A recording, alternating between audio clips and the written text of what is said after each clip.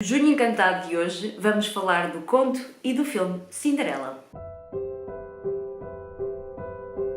Olá pessoal, tudo bem? Então, hoje vamos falar do conto Cinderela, que era um filme que eu estava muito curiosa para ver. Eu já tinha visto este filme em pequena e já tinha visto a adaptação live action, que saiu então muito recentemente, e portanto hoje vamos falar do conto e do filme Cinderela. O conto da Cinderela é um conto mesmo, é uma história muito pequenina e teve várias versões ao longo da história, portanto esta história foi sendo contada ao longo dos anos. A sua versão mais conhecida é então a versão de Charles Perrault de 1697 e também teve uma versão bastante conhecida dos Irmãos Grimm. Basicamente todos os contos tiveram uma versão dos Grimm, portanto. A mesma é baseada então num conto popular chamado La Gatta Cenerentola, o meu italiano é muito bom, que em português também ficou como A Gata Borralheira, que foi também a forma como ficou conhecido o filme cá em Portugal na altura. Esta história, como eu disse, teve várias formas ao longo do tempo e, portanto, não há uma forma de saber qual a sua origem histórica, vamos dizer assim. E como eu estava a dizer, os Irmãos Grimm também tiveram, então, a sua versão. No entanto, a versão dos Irmãos Grimm é um bocadinho mais obscura do que a versão de Charles Perrault. Nesta versão deles não existe a figura da fada madrinha e quem realiza então os desejos da Cinderela são pombos e a árvore onde a mãe dela está sepultada, e também no fim as irmãs adotivas, as irmãs da madrasta da Cinderela, acabam então por ficar cegas quando pombos também lhes furam os olhos. Portanto, são versões um bocadinho mais assustadoras, como tinham também na altura eram muito também os contos infantis, mas o conto mais conhecido é então o conto do Charles Perrault. Neste conto nós conhecemos então um pai e uma filha, cuja mulher morre, a mulher acaba por morrer, e ele acaba então por conhecer uma nova mulher, que já tem duas filhas, e voltar a casar. Ainda em vida, esta madrasta acaba por fazer a vida da Cinderela um inferno e quando o pai dela efetivamente morre, isto tudo piora a um nível muito maior. E basicamente o que acontece é que a Cinderela acaba então por tornar-se a gata borralheira lá do sítio, vamos dizer assim, por trabalhar para elas. E há um dia em que existe então o anúncio de que vai haver um baile no Palácio Real e que todas as raparigas solteiras estão então convidadas para ir. Na história original, e pelo menos na história que eu li, a Cinderela acaba então por ter a receber a fada madrinha, por todos os animais e toda a fada madrinha a ajudar a fazer a preparação para o baile, com a abóbora a fazer de carruagem, os ratinhos de cavalos e essas coisas todas, e a fada madrinha diz-lhe mesmo que ela tem que regressar a casa antes da meia-noite. Ela vai uma primeira vez ao baile e consegue regressar antes da meia-noite, e no segundo dia, quando há o segundo baile, é aí que ela acaba então por não conseguir sair antes da meia-noite e perder então o seu sapato de cristal.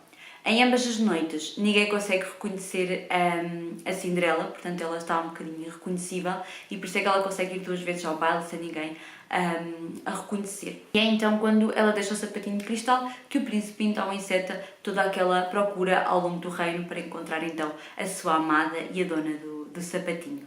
Basicamente esta é a história que nós conhecemos do filme e como é um conto e é um conto tão pequeno, a adaptação também acabou por ser bastante fiel e por isso é que é uma história tão conhecida.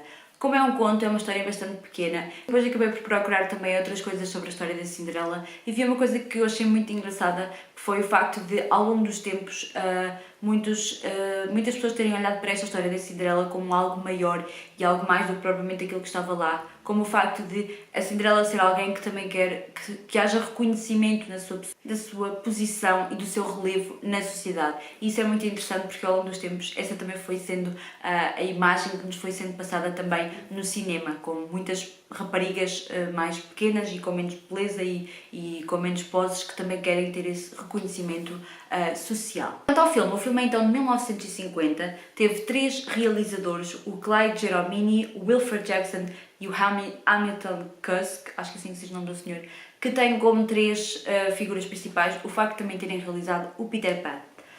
Portanto, na altura provavelmente isso seria muito uma moda recorrente, haverem vários realizadores, e portanto os principais filmes iniciais têm mais do que um realizador. O filme, como eu já disse, é bastante fiel ao conto. O facto de o conto ser tão pequeno fez com que o filme tivesse que ser um bocadinho mais esticado e já vamos falar nisso. mas o filme é bastante fiel ao conto. Acho que não lhe retira nada, só e apenas se calhar o facto de não serem 2 idas ao baile e ser apenas uma, e portanto o facto de nos contar também que a Cinderela vivia na torre da casa, quando o conto que eu li não relata tanto. Portanto, o conto que eu li é bastante pequeno, é bastante resumido, não explora tanto aquilo que provavelmente no filme foi explorado e que depois também foi disseminado, e talvez também aí fossem buscar inspirações a outros contos que não este. Como eu disse, o filme é bastante fiel, portanto todos os principais eventos estão no filme, principalmente o facto da madrasta ser bastante má, ter uma postura bastante austera, que no filme mostra isso mesmo, é uma figura bastante, não diria maléfica, mas com um ar sempre muito austero e difícil. As irmãs também serem muito bonitas, ironicamente falando, e que são irmãs muito mimadas, que não sabem fazer nada, que não sabem pensar sequer, e que acabam então por seguir tudo aquilo que a mãe diz. E depois também o facto da Cinderela ser bastante amiga dos animais e ter esse lado mais humano que tanto a caracteriza.